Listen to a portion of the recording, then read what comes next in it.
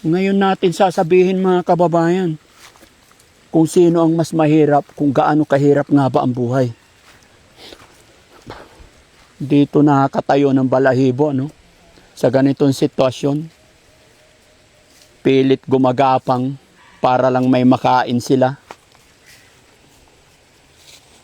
Nakakaawa mga kababayan, nakakaiyak, nakakaawa na yung iba nating kababayan na nandito sa liblib na lugar, pilit lumalaban sa ganitong kahirapan ng buhay. Samantalang nababalitaan napakaraming mas, no? Diyos ko po. Nakakaiyak mga kababayan. Meron tayong naging kaibigan dito, nakilala natin dito sa pinaka.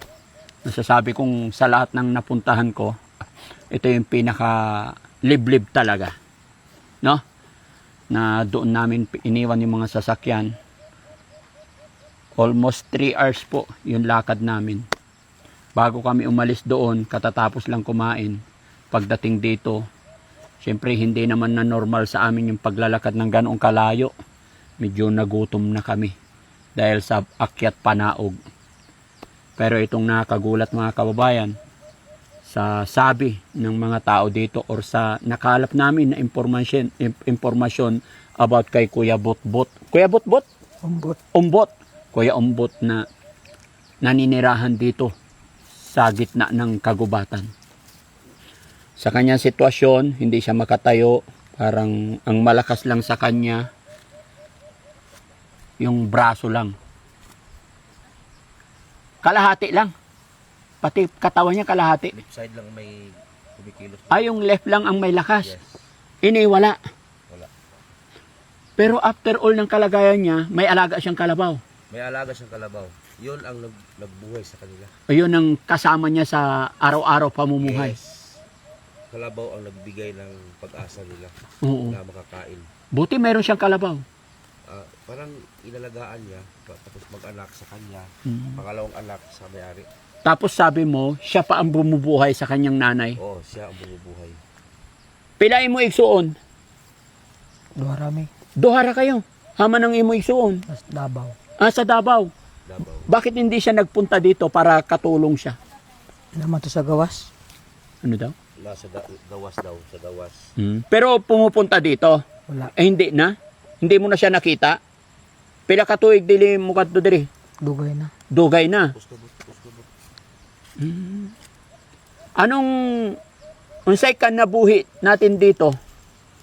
Ako lag rubber. Nag-rubber ikaw?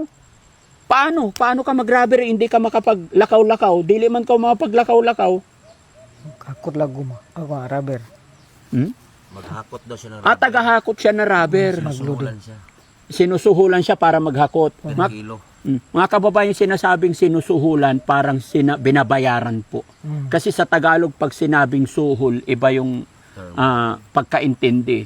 Pero dito sa kanila, pag sinabing sinusuhulan, siniswelduhan. Pila ang suhol sa imo? Isa ka adlaw? Depende sa pilang kilong guma. Depende ka sa kung hamo, kung... Per kilo siya. Per kilo. Pila per kilo? Dos. 2 ra. 2 kilo. Gaano kalayo yun? Doon sa labasan. Ano? No? Pero nakakapagtaka mga kababayan kasi hindi nga po siya nakakatayo, pero ganun kahimala ang Panginoon. Ano't ano man sitwasyon, kalagayan ng bawat isa sa atin, meron talagang paraan. No? So, bago kami dumating mga kababayan, paalis na sana siya para kunin yung kalabaw niya. Malayo yung kalabaw mo? Tabok. Araw-araw ikaw nagdala doon? Oh. Ikaw rin nagkuha? Paano siyempre, bay, pag umulan bigla, di basa siya? Abutan sa daan. Ulan. Gapang. Gapang lang. Oh. Tignan yung mga kababayan kung gaano kahirap. Bay, tanawan ako, okay lang? Tingnan daw niya, tanaw niya. Maliit lang. Nakatali-tali, no? Pati, bay, tanawan, no? Liit. Pero ito lang yung may lakas. Kaliwa.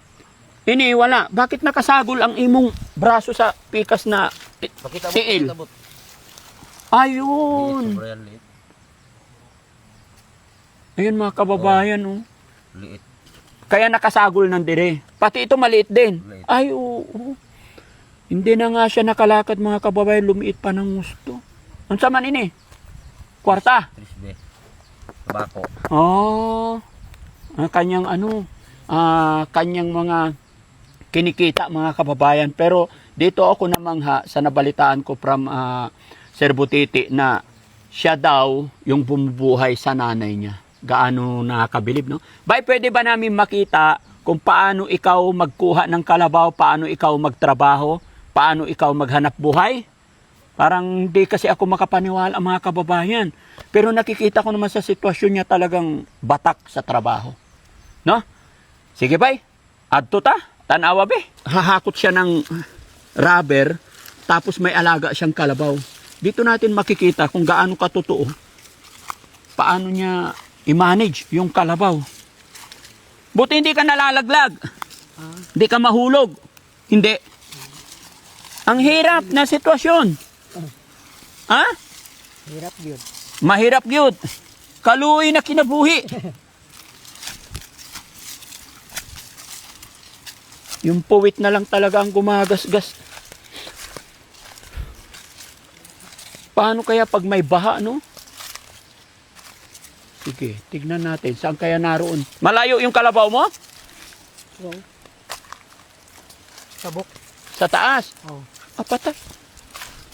Ilang oras kaya bago makuha, bago makauwi? Gabi na ikaw makauli. Tayo na kumunagway, mga alas 3. Mga alas 3 pa. Oh. Alas 3 pa. Malayo pa daw maggabi. Alas 3 pa gani.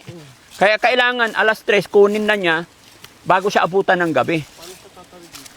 Ay, tignan natin. Tapos makikita nyo itong mga daan mga kababayan, napakahirap.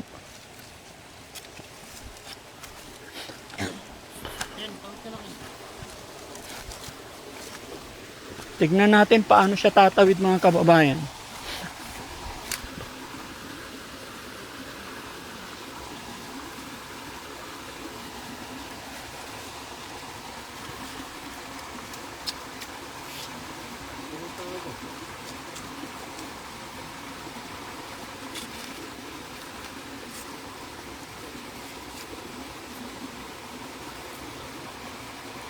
Ganun. Problema, paano pag aksidente nalaglag siya doon? Hindi na siya makaakyat.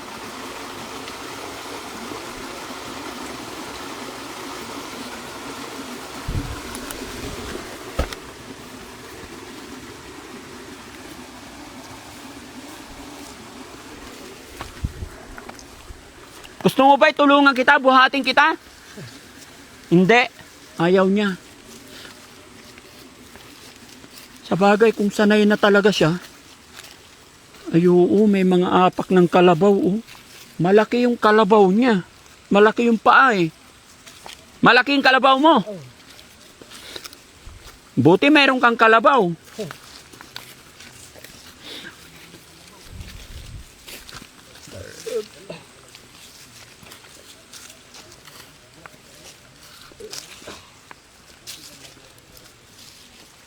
Malayo. Paangat pa, paakyat pa.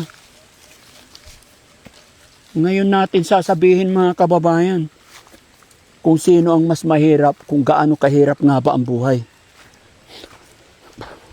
Dito nakakatayo ng balahibo, no? Sa ganitong sitwasyon, pilit gumagapang para lang may makain sila. Nakakaawa mga kababayan, nakakaiyak, nakakaawa na yung iba nating kababayan na nandito sa liblib na lugar, pilit lumalaban sa ganitong kahirapan ng buhay. Samantalang napabalitaan napakaraming mas, no? Diyos ko po, nakakaiyak mga kababayan. Hindi ka napagod, bay? Hindi na pagod, sanay na. Tinuod lagi. Parang hindi ako makapaniwala mga kababayan. Ganito yung trabaho niya. At ayon sa kanila mga kababayan, na yung nanay niya is parang hindi nakapagsalita, na heat stroke ba yan? Na stroke?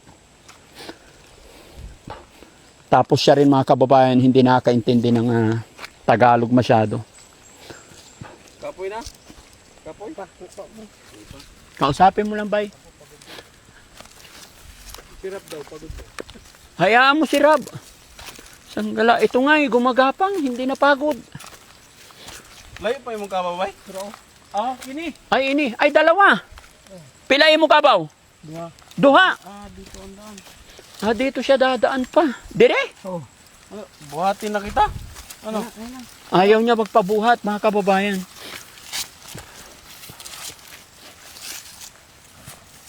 Tusok ka dyan. Mabait yung mga kalabaw niya. Nakakatuwa ang kalabaw nun. Ano, tumingin na yung kalabaw nyo. Oo. Tumingin na. Mahimala talaga kahit mga hayop yan, no?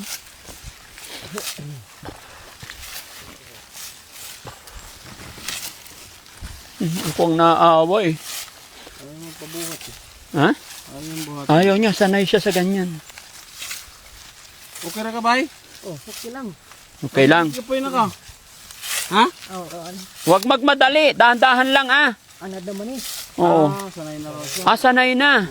Hinay-hinay ra ba para di ka mapagod? Buti hindi ka nakaka-encounter ng mga ahas dito. Sawa. Wala man. Wala naman. Kasi pag makita ka ng sawa, kayang-kaya kang saklawin. Usukol mo sawa. Ha? Kanalay sundang. Naisundang. Lalabanan daw niya pag may itak. Hindi mo kaya yon. Matataba yung kalabaw niya.